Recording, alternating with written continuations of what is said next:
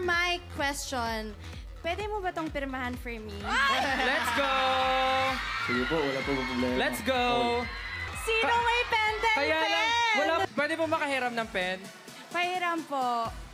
Oh, go. Thank you po. Salamat po. Ginawa mo pa ako utusan, Mare. Gano'n talaga, Mare. Minsan lang to. Yee! I can't... Medyo napaghahalataan ako, ha. Ken din yung pangalan, ha. Hey! Okay. Ay, nako. Ay, marami. Kiss mo yung paper o yung hawak ng Sa nakaraang road course ninyo, sino ang laging inaantok? Go! 1, 2, 3, go!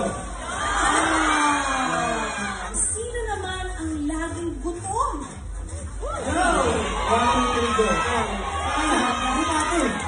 Naghahanap tayo ng pagkain na gusto na. Everyone. Saka pag nasa ibang bansa, masarap kumain ng pagkain. Try with different kind of food naman. Ito na for my question. Pwede mo ba itong pirmahan for you?